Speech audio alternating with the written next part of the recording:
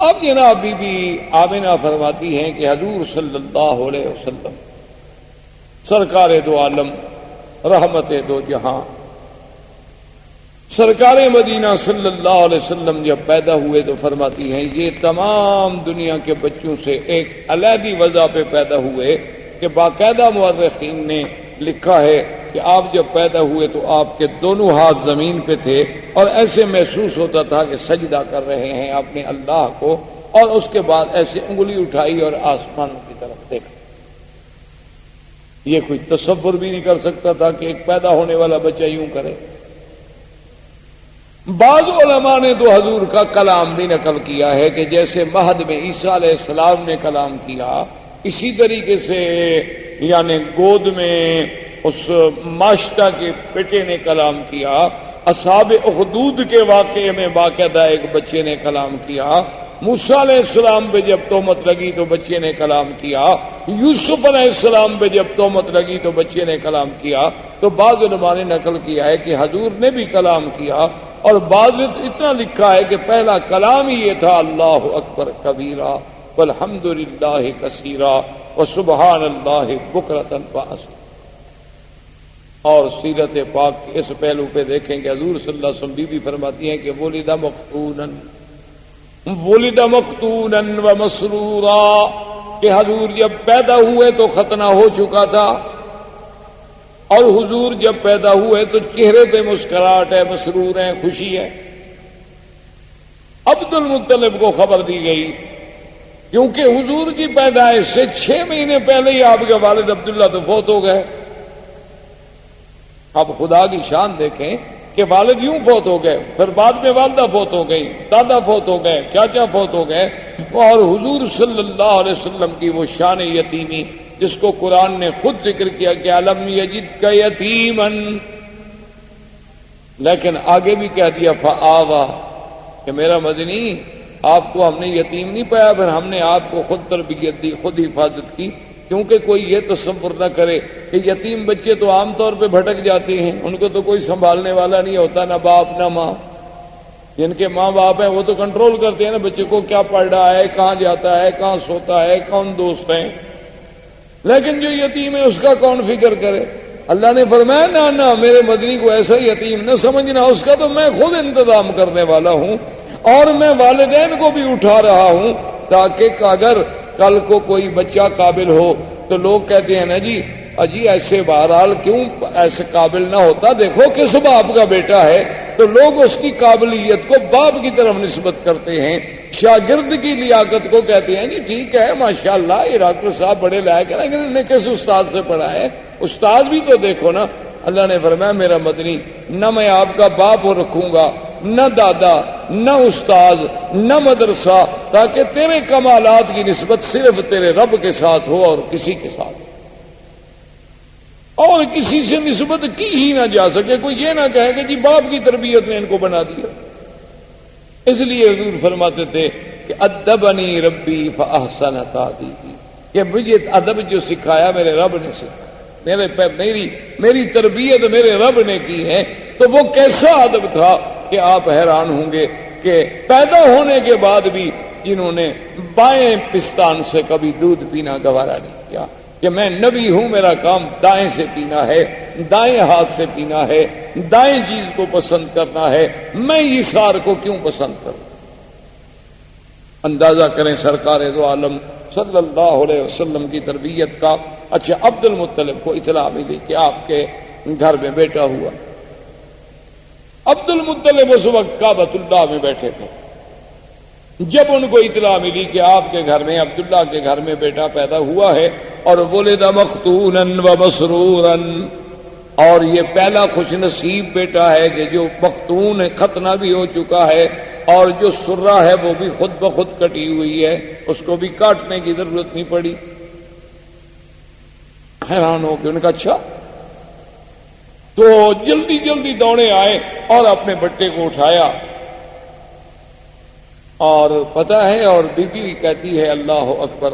اب حالانکہ دیکھیں کہ اس وقت نہ توحید ہے نہ دین ہے، لیکن بی بی آمنہ کہتی ہے کہ حضور کے پیدا ہونے کے بعد جو پہلا لفظ میں نے کہا نا حضور کے لیے، جو پہلا پہلا کلمہ میرے منہ سے نکلا، اور وہ کیوں نکلا؟ وہ فرماتی ہیں کہ میں ابھی حضور میرے پیٹ مبارک میں تھے کہ میں یہ سن چکی تھی آواز کہ جب بچہ پیدا ہو یوں کہنا، اعیذک باللہ الواحد من کل حاسد، کہ میں تمہیں اس اللہ واحد کی پناہ میں دیتی ہوں ہر حسد کرنے والے سے۔ یعنی پہلا پہلا کلمہ جو ہے وہ بھی اللہ سے پناہ پکڑے، اور حضور صلی اللہ علیہ وسلم کو اللہ کی حفاظت میں دے دیں۔ عبد المطلب نے جو اٹھایا حضور صلی اللہ علیہ وسلم کو اپنے ہاتھوں پہ، تو فوراً کعبۃ اللہ کے اندر لے گئے۔ عبد المطلب لے کے آئے اور سب سے پہلے کعبے کے اندر لے گئے، اور کعبے کے اندر جا کے اللہ تبارک و تعالیٰ سے دعا کی کہ مولا میرا بیٹا عبداللہ تو فوت ہو گیا ہے، لیکن اتنے جو تو نے شان والا بچہ مجھے عطا فرمایا ہے تو اس کی حفاظت فرما، اس سے دنیا کے ہر شر سے، دنیا کے ہر حسد سے، دنیا کے ہر عناد سے محفوظ فرما، اور اس کو عظمتیں عطا فرما۔ کعبۃ اللہ کے اندر دعا کر کے واپس آئے، اور آ کے بی بی آمنہ سے کہا کہ خیال رکھنا، اس کا چہرہ مجھے بتا رہا ہے کہ ان ابنی ھذا لشان، اس میرے بیٹے میں کوئی بات ضرور ہونی ہے، یہ ہے کوئی شان والا بچہ۔ اور اسمیہ محمدا، میں آپ کا نام محمد تجویز کرتا ہوں۔ اور سرزمین عرب میں یہ رواج تھا کہ جب بچہ پیدا ہوتا تھا تو وہ خود دودھ نہیں پلاتی تھی مائیں، دودھ پلانے کے لیے انہیں دیہاتوں میں بھیجا جاتا، دور بھیجا جاتا تھا شہروں سے، اور انہیں دور رکھا جاتا تھا۔ اس کی وجہ مورخین نے لکھی ہے کہ اصل ایک وجہ تو یہ تھی کہ شہر کی فضا اور جو اور خوراک اتنی صاف نہیں ہوتی جتنی دیہات کی صاف ہوتی۔ دیہات کی فضا بھی قدرتی بات ہے صاف ہوتی ہے، اور ہوا بھی اور غذا بھی۔ اب بھی دیکھ لیں آپ، شہر میں آپ کو وہ نعمت میسر نہیں آ سکتی، جب آپ اپنے علاقوں میں، اپنے وطن میں، دیہات میں جاتے ہوں گے تو عجیب سی بات ہوتی۔ یعنی آپ، مجھے ایک دفعہ میں سفر کر رہا تھا تو ہمارا علاقے کے ساتھ ہی، جسے آپ کہتے ہیں نا سہارا، یا آپ کے ہندوستان میں بھی راجستھان کا جیسے علاقہ ہے، وہ بھی اسی طرح ہمارے ساتھ بھی پاکستان میں راجستھان کے سہارا کا علاقہ ہے، اور وہ ہمارے ڈسٹرکٹ سے قریب ہے۔ تو وہاں کچھ دوستوں نے، انہوں نے کہا کہ حضرت آپ آتے ہیں اور جلسہ، سفر، تقریر، درس، صبح درس، مغرب کو درس، عشاء کو درس، رات کو جلسہ، پھر سفر، تو کم از کم آپ ایک دن 2 دن دیں تاکہ ہم آپ کو یہاں کو ہرن ورن کا شکار کھلائیں، یہ کریں وہ۔ خیر میں نے کہا اب 2 دن والی بات تو ہو نہیں سکتی، ایسا کریں گے چلو کبھی آپ کے ساتھ شکار کیا ہم نے کھیلنے ہیں، تو رات کو آ جائیں گے۔ تو وہاں جب میں گیا تو میں کہنے کا مقصد یہ تھا کہ مجھے اتنی جناب وہ گلے میں تکلیف، وہ نزلہ، زکام، تھکان، اتنی بدن ٹوٹ رہا ہے۔ اب وہاں جا کے یاد آیا کہ بھئی وہ اتفاق سے وہ دوائیوں کا بیگ بھی میں نے ساتھ ہی رکھا، کیا کھاؤں کیا نہ کروں۔ اب صحرا ہے، روئی کا علاقہ ہے، ٹیلوں پہ بیٹھے ہوئے، نہ گھر ہے نہ کچھ ہے۔ تو ان سے میں نے کہا کہ بھئی کیا؟ انہوں نے کہا جی ابھی آپ کا علاج کرتے ہیں۔ وہ جناب گھی لے آئے خالص، اور اس کے انہوں نے کہا کہ جی یہ 2-3 فنجان بھر کے پی جائے۔ میں نے کہا میں نے زندگی میں 1 تولہ گھی نہیں پیا، پیدا ہونے کے بعد پتہ نہیں ماں شاہ نے کھلا دیا ہو مکھن وکھن، تو وہ تو یاد نہیں، اس کے بعد تو مجھے یاد نہیں آتا۔ انہوں نے کہا حضرت آپ پیے۔ انہوں نے کہا اللہ کے بندے گھی پینے سے میرا نزلہ ٹھیک ہو جائے، میں تو اور مر جاؤں گا۔ انہوں نے کہا جی آپ پیے تو صحیح۔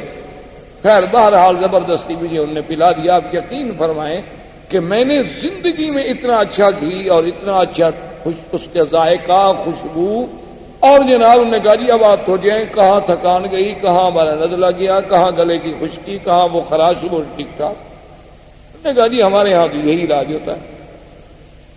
میں کہا یار یہ عجیب علاج ہے یہاں۔ تو مقصد کہنے کا یہ تھا کہ وہ جب اتنی صاف ہوتی ہے، خوراک اتنی صاف ہوتی ہے، وہ گھی اتنی اصلی ہوتے ہیں کہ اس میں ملاوٹ کا تصور نہیں ہوتا، تب اپنے بچوں کو بیر۔ اور دوسری وجہ یہ تھی کہ شہر کی زبان صاف نہیں رہتی، جیسے غذا صاف نہیں رہتی اسی طرح زبان صاف نہیں رہتی۔ کوئی حاجی آیا، کوئی کہاں سے آیا، کوئی کہاں سے آیا، کوئی کہاں سے آیا، ایک ایک لفظ، آدھا آدھا لفظ، ایک ایک جملہ چھوڑ گیا۔ اب آپ یہاں دیکھتے ہیں نا عربی لکھی ہوتی ہے ناشی و نال، یہ کون سی عربی ہے؟ نیشنل کا ترجمہ جو نہیں کر پائے بیچارے، کہ اب نیشنل کا کیا ترجمہ ہونے کا، اسی کو ناشی و نال بنا دو۔ تویوتا، بوتو، جو مرضی ہے اپنا بنا لیں. کہاں سے؟ اچھا اب جناب وہ جو بناتے ہیں نا جی وہ صبح انڈے کو ایسے مار مار کے چھوٹے سے، اس کا نام ہے شکشوکا. کہاں سے آ گیا جی شکشوکا؟ کو عربی کا لفظ ہے دنیا میں شکشوکا. پیزا کون سی عربی ہے جی پیزا؟ یہ تو اٹالین پراٹھے کا نام ہے پیزا. یہاں کون سی عربی میں آ گیا پیزا؟ یہ اس لیے کہ زبان بگڑتی ہے. جب باہر کے لوگ آتے ہیں تو اپنی کچھ برائیاں تو ہمیں دے جاتے ہیں، اچھائیاں مکے والوں کی لے جاتے ہیں اور برائیاں وہ یہاں چھوڑ جاتے ہیں. تو اس لیے بھی لوگ جو تھے وہ شہروں سے اپنا گھبراتے تھے کہ بھئی بچے کی تربیت باہر کرو کہ اس کی زبان بڑی فصیح. تو اس لیے اب جناب بی بی صاحبہ بھی اسی تمنا میں تھی. بنو سعد کے قبیلے کی مرضعات آئیں، مکے میں آ کے بچوں کو تلاش کیا، سب اپنا اپنا بچہ لیتی گئیں. اور جب سنے کہ محمد عربی عبداللہ کے گھر میں پیدا ہوئے، باپ فوت ہو گیا ہے، بھئی یتیم ہے نا. اچھا یہ مطلب نہیں تھا کہ ان کو صرف پیسوں کا خیال ہوتا تھا، وہ دودھ کی کوئی اجرت طے نہیں کرتی تھی. ان کے نزدیک دودھ بیچنا حرام تھا. اچھا یہ ہمارے دیہاتوں میں بھی رواج رہا ہے، ہمارے قبائل میں، کہ دودھ بیچنے کو بڑا حرام سمجھا جاتا ہے. وہ دودھ ہے ٹھیک ہے، اللہ کی نعمت، اس کو کیا بیچنا ہے. اب تو خیر لوگ دودھ والی بیچ دیتے ہیں، دودھ کیا ہوا. اب تو قومیں اتنی ترقی کر گئی. اچھا خیر جناب وہ یہ ہوا کہ وہ یہ سوچتے تھے کہ بعد میں اکرامیہ جو ہے وہ تو ہمیں ملنا ہے نا. طے نہیں کرتے کہ ہمیں دودھ پلانے کے اتنا پیسے دو، لیکن صاف بات ہے کہ بڑا گھر ہوگا تو اکرام، لباس، کپڑے، یہ وہ ملے گا. اور ایک یتیم بچے کے گھر سے بھی ہمیں کیا ملے گا؟ ماں غریب ہے، باپ مر گیا ہے، دادے کی کفالت میں ہے. اور اس زمانے میں عبد المطلب کا گھرانہ سب سے زیادہ غریب تھا. غربت کی وجہ کیا تھی کہ جو کچھ ہوتا تھا وہ تو حاجیوں پہ لٹا دیتے تھے. جو کچھ ہوتا تھا وہ حاجیوں پہ لٹایا جاتا تھا کہ ان کو پانی پلاؤ، شربت پلاؤ، ان کو جناب کھانا کھلاؤ، ان کے رہنے کا انتظام کرو. اب اتنے حاجیوں کا انتظام کرنا ہے ایک سردار کو، تو اس کے گھر میں بچ کیا جاتا ہے. تو بہرحال جب وہ مایوس ہو گئی تو بیٹھے بیٹھے حلیمہ نے جو حضور صلی اللہ علیہ وسلم کی مرضعہ ہیں، دایا ہیں، اپنے شوہر سے کہا. ان کے شوہر کا نام حارث. اپنے شوہر سے کہا کہ مجھے کوئی بچہ نہیں ملا اور میں یہ بھی نہیں چاہتی کہ سب لوگ تو بچے لے جائیں اور میں بغیر بچے کے جاؤں. تو اب ایسا کیوں نہ کریں کہ ہم اس یتیم بچے کو لے لیں. اس نے کہا کہ ٹھیک اچھی بات ہے، جب اور کوئی نہیں ملا تو چلو خالی رہنے سے تو بہتر ہے کہ کوئی بچہ تو ہم لے جائیں. بی بی حلیمہ آئی، آگے دیکھا تو عبد المطلب بیٹھے ہیں. انہوں نے پوچھا کون ہو؟ نے کہا میں مرضعہ ہوں، میں سنا ہے کہ بچہ ہے، یتیم ہے اور وہ میں لینا چاہتی ہوں. انہوں نے کہا دیکھ لو کہ وہ یتیم ہے، ان کے والد فوت ہو گئے اور تمہیں پتا ہے کہ ہم سرداری کی وجہ سے اور خدمت حجاج کی وجہ سے اتنے تنگ دست ہیں، شاید تمہاری خدمت نہ کر سکیں، لیکن ایک بات میں تمہیں بتاؤں، ایسا بچہ تمہیں کبھی نہیں ملے گا. اور اس کے بعد انہوں نے پوچھا ما اسمک، تیرا نام کیا ہے؟ تو بی بی کہتی میں نے کہا حلیمہ. نے کہا قبیلتک، تمہارا قبیلہ کون سا ہے؟ نے کہا بنو سعد. تو فرح فرحا شدیدا، حضرت عبد المطلب بڑے خوش ہو گئے، کہنے لگے اسمک حلیمتی حلیمہ و قبیلتک سعد و ابنی محمدا. تمہارا نام حلیمہ حلم سے ہے اور قبیلہ سعد سعادت سے ہے، لیکن میرا بیٹا بھی تو پھر محمد ہے صلی اللہ علیہ وسلم. اور بی بی حلیمہ کہتی ہیں کہ میں اندر گئی تو حضور صلی اللہ علیہ وسلم ایک سبز ریشمی کپڑا تھا جو اماں نے نیچے بٹھایا ہوا تھا اور اس پہ حضور ایسے سیدھے لیٹے ہوئے تھے. اور فرماتی ہے کہ اتنا جمال تھا، اتنا حسن تھا اور اتنی چہرے پہ تبسم تھا کہ میں تو ڈر گئی کہ میں ان کو اٹھا کے نیند سے بیدار کر کے ایسے اس منظر کو کہیں ضائع نہ کر بیٹھوں.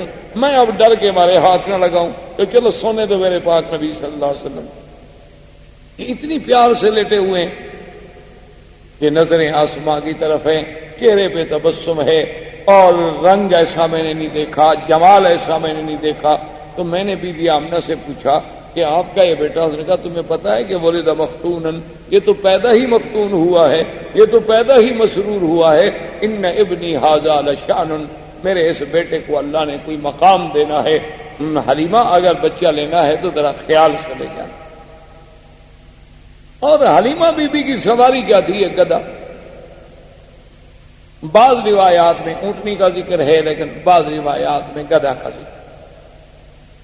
اچھا اب جناب عجیب شان دیکھیں کہ جب وہ آئے، سواری چونکہ ایک تھی، آگے اس کا شوہر بیٹھا، اصولی سی بات تھی کہ خامن جو ہیں وہ آگے بیٹھتے ہیں اور عورتیں پیچھے بیٹھتی ہیں، آج کل تو نہیں، یعنی اس زمانے کی میں بات کر رہا ہوں۔